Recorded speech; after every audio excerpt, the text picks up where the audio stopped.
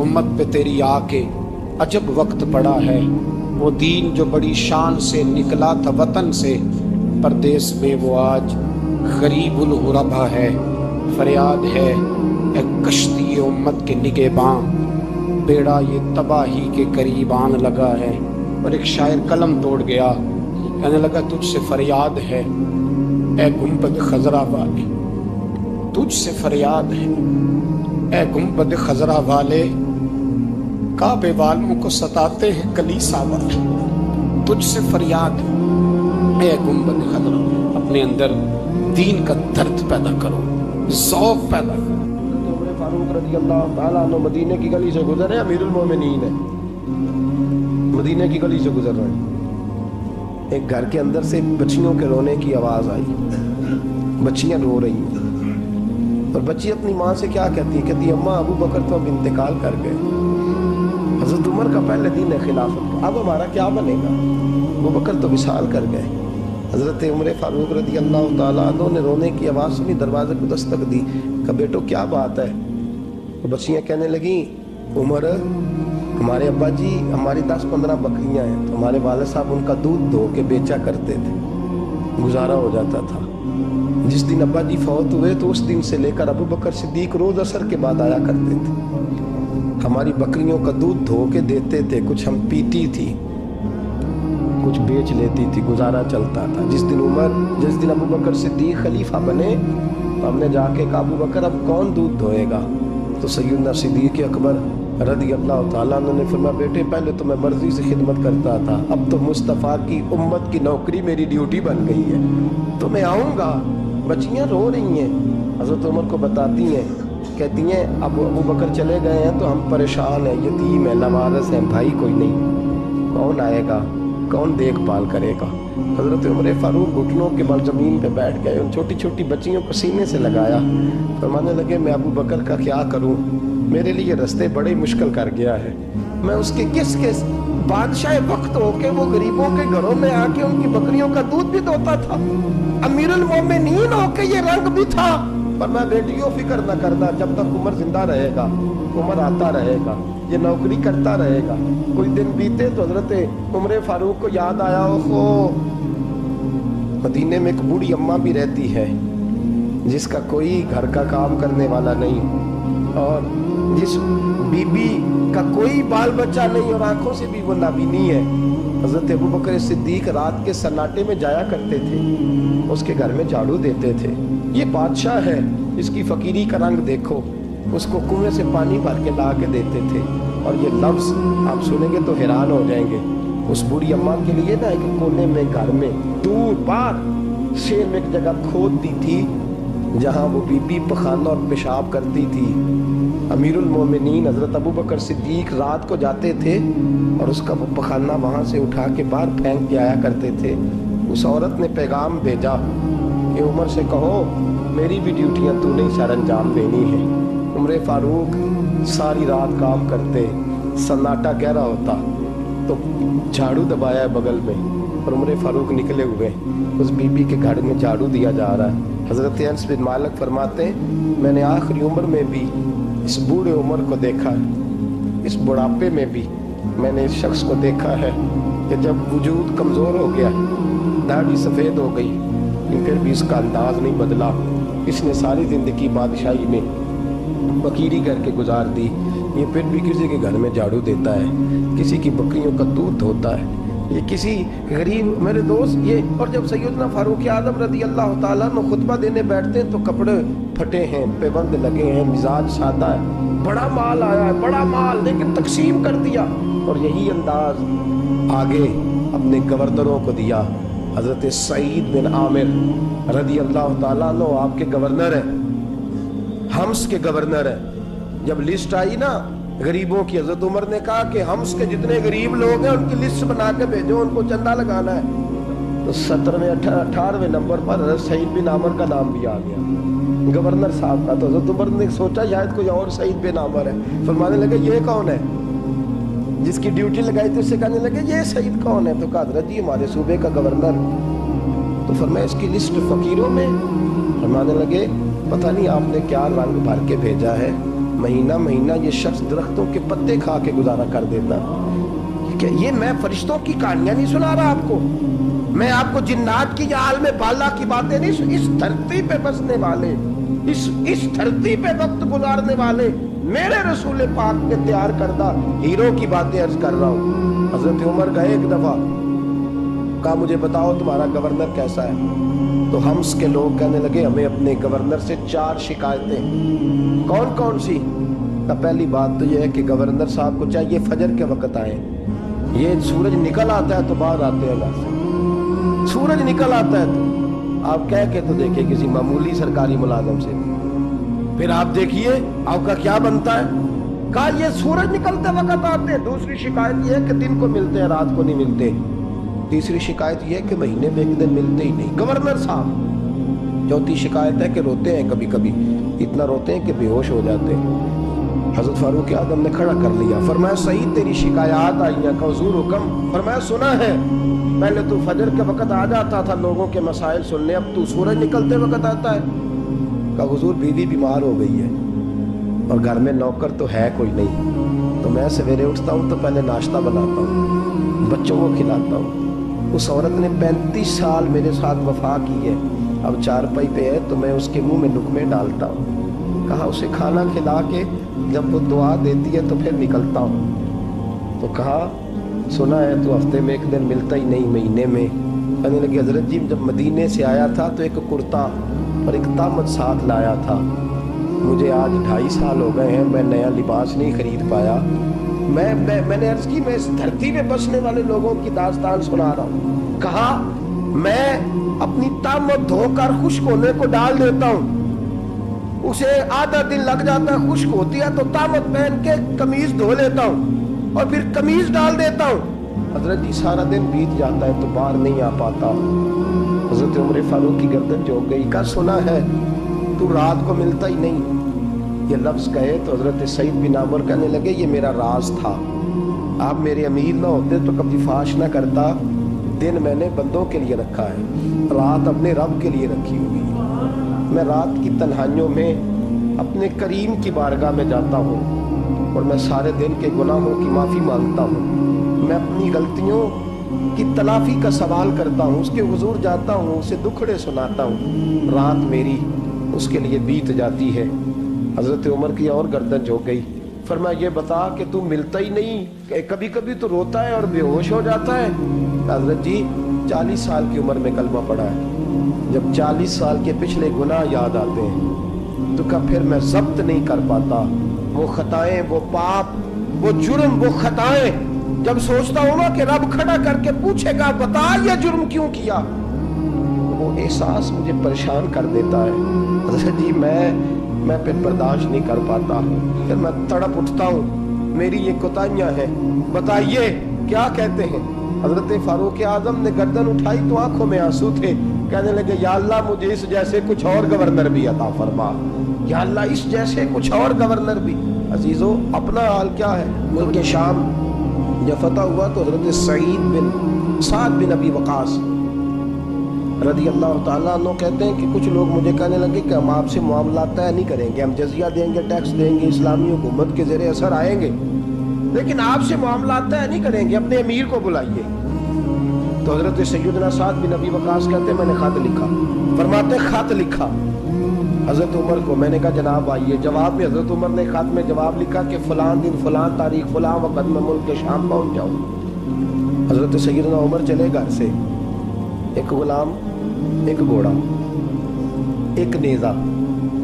حضرت فاروق اعظم نے کچھ کھجوریں, خشک کھجوریں, کچھ سرکہ باندھ کے رکھ لیا رستے میں کھانے کو. یہ بادشاہی میں فقیری ہو رہی. لاکھوں میل کا حکمران ہے, لاکھوں روپے پاس پڑے ہوئے, وہ ساری چیزیں رکھ لی اور سیدنا عمر فاروق رضی اللہ تعالیٰ عنہ چلنے لگے. اب غلام سے کہنے لگے بھئی میرا گھوڑا ذرا ماڑا ہے, کمزور ہے, طے کر لیں, اتنے میل تو گھوڑے پہ بیٹھے گا میں پیدل چلوں گا, پھر اتنے میل میں گھوڑے پہ بیٹھوں گا تو پیدل چلے گا. ملک شام پہنچنے کا وقت آ گیا. جب وقت آیا تو پیدل چلنے کی سواری حضرت عمر کی تھی, ان کی باری تھی.